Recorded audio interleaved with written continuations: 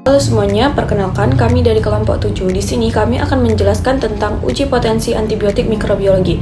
Perkenalkan sebelumnya, saya Dewi Andini dengan NIM 08061382328102. Di sini saya akan menjelaskan definisi potensi antibiotik. Definisinya sendiri adalah mengukur bioaktivitas atau potensi berbagai antibiotik, di mana potensinya yang dinyatakan dalam unit atau mikrogram.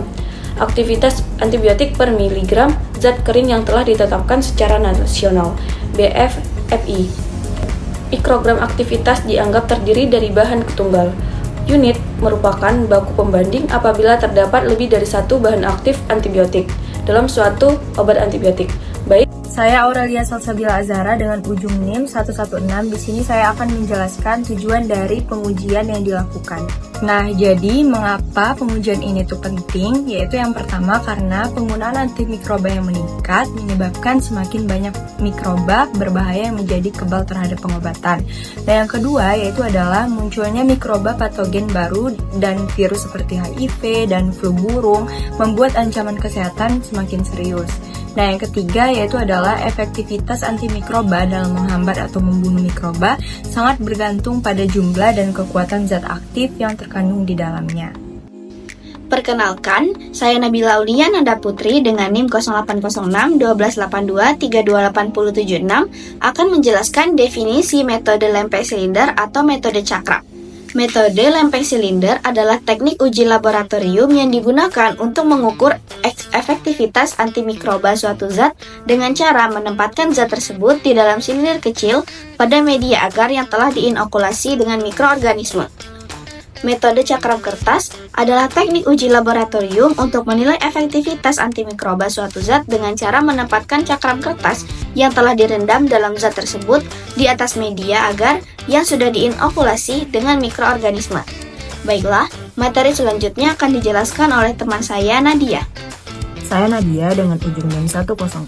Di sini saya akan menjelaskan definisi metode tabung turbidimetri.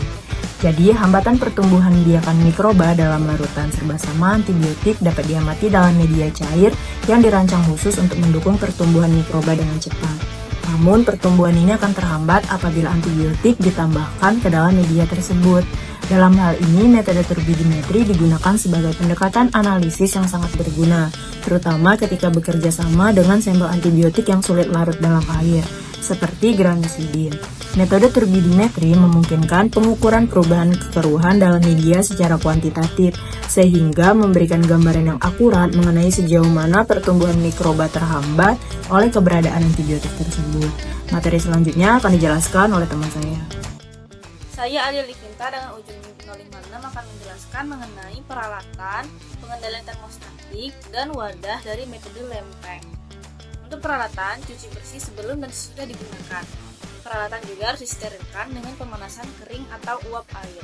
Untuk pengendalian termostatik selama inkubasi dalam penetapan pada lempeng, menggunakan suhu kurang lebih 0,5 derajat Celcius. Suhu ini dapat diperoleh dengan sirkulasi udara dan air. Untuk wadah, cawan Petri kaca atau plastik dengan ukuran 20 x 100 mm. Silinder dari besi tahan karat atau porselen berdiameter luar 8 mm, diameter dalam 6 mm, dan tinggi 10 mm. Wadah dibersihkan dengan asam nitrat dan konsentrasi 2 normalitas bila perlu. Untuk materi selanjutnya akan dijelaskan oleh teman saya Nazwa. Halo semuanya, perkenalkan nama aku Nazwa Zahwa. Jadi di sini aku akan menjelaskan mengenai apa-apa saja yang ada di metode tabung turbidimetri. Baiklah, pertama-tama aku bakal ngejelasin peralatan yang digunakan dalam metode tabung turbidimetri. Nah, biasanya alat yang sangat penting digunakan dalam metode tabung turbidimeter itu ialah turbidimeter atau turbidimeter.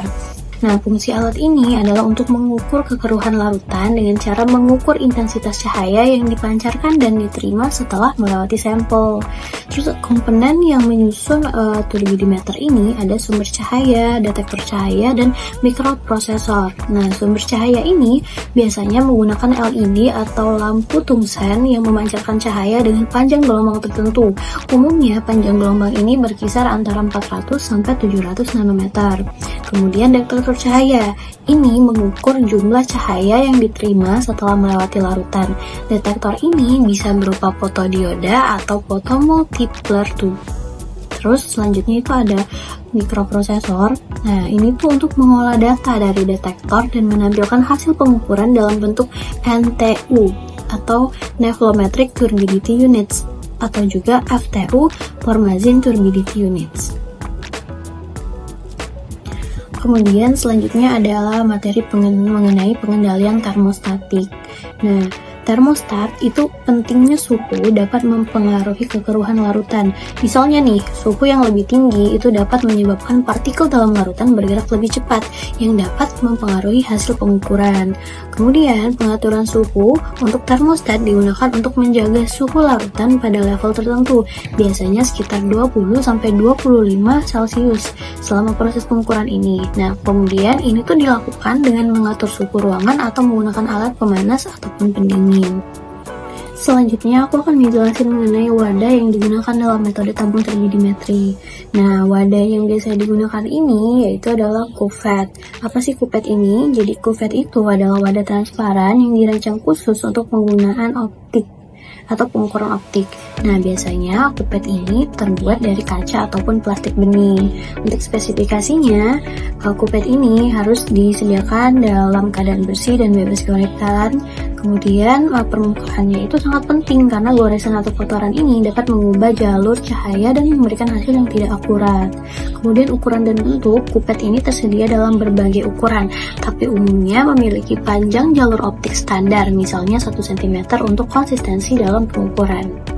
Nah, kemudian media yang digunakan dalam metode tabung turbidimetri ini tuh kayak larutan uji. Contoh larutan uji ataupun media yang kita gunakan ini biasanya tuh kayak air limbah, air sungai, air keruh, terus air keruh-keruh yang biasanya dari kolam, dan larutan kimia lainnya. Kemudian persiapan yang dapat dilakukan itu biasanya larutannya itu harus dihomogenkan sebelum diukur. Kalaupun misalnya ada partikel yang besar nih, sebaiknya disaring agar tidak mempengaruhi hasil pengukuran. Nah, selanjutnya dalam penggunaan metode tabung turbidimetri itu juga biasanya digunakan larutan buffer.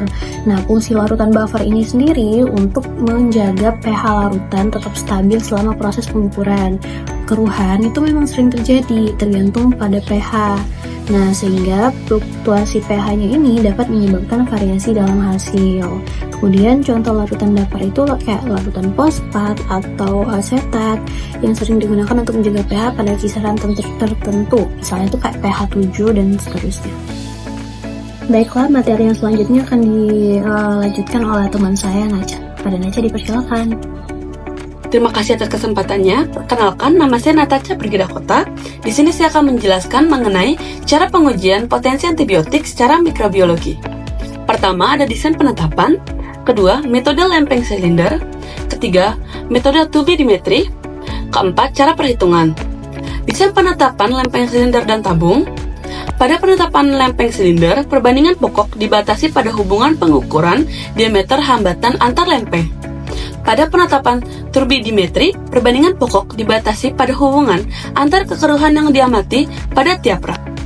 Dianjurkan hanya menggunakan satu arah dosis dengan suatu kurva baku dan pengenceran larutan minimal 5 atau lebih. Penetapan potensi antibiotik secara mikrobiologi dipengaruhi oleh variabel intra dan antar penetapan. Awali dengan penyiapan larutan baku dan uji secara terpisah, dan ulangi pada hari yang berbeda. Jika hasil yang diperoleh berbeda signifikan, lakukan satu atau lebih penetapan tambahan. Sekian informasi yang bisa saya berikan, saya lanjutkan ke teman saya. Perkenalkan, saya Putri Olivia Ramadhania dengan NIM 0806 1382 328120. Di sini saya akan menjelaskan tentang metode tabung. Metode tabung digunakan untuk mengukur potensi antibiotik yang melibatkan pengujian efektivitas antibiotik terhadap bakteri dengan mengamati pertumbuhan bakteri dalam berbagai konsentrasi antibiotik. Beberapa langkah umum yang digunakan dalam metode ini, yang pertama, yaitu persiapan larutan antibiotik dengan membuat seri pengenceran antibiotik dalam tabung reaksi. Yang kedua, penambahan bakteri. Masukkan suspensi bakteri uji ke setiap tabung. Yang ketiga, inkubasi. Inkubasi tabung pada suhu yang optimal biasanya pada 37 derajat Celcius selama 18 jam sampai 24 jam. Yang keempat itu pengecekan atau pengamatan.